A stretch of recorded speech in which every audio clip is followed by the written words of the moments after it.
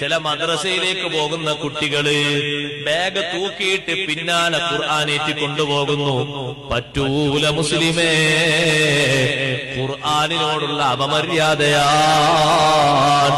ഖുർആന് പിന്നിലാക്കിയിട്ട് നീ എങ്ങനെ മുന്നിൽ പോവുകയോ? ഖുർആൻ ഇമാമല്ലേ, മുന്നിൽ വേണ്ടത് ഖുർആനല്ലേ.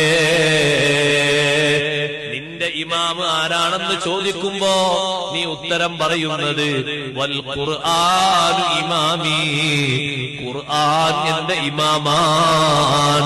ഇമാം മുന്നിലാ വേണ്ടത്. ഒരിക്കലും ഒരു കുട്ടിയുടെ പിൻഭാഗത്ത്, പിൻസീറ്റിന്റെ ഭാഗത്തോ പിൻഭാഗത്തോ ആയിട്ടുള്ള ബാഗിൽ ഖുർആൻ കൊണ്ടുപോകരുത്. മദ്രസ പുസ്തകങ്ങൾ കൊണ്ടുപോകരുത്. അതുകൊണ്ടാ ഇൽമിന്റെ കുറവ്, അതുകൊണ്ടാ ബുദ്ധിയുടെ കുറവ്, അതുകൊണ്ടാ ഉന്നതിയിലേക്ക് എത്താത്തത്.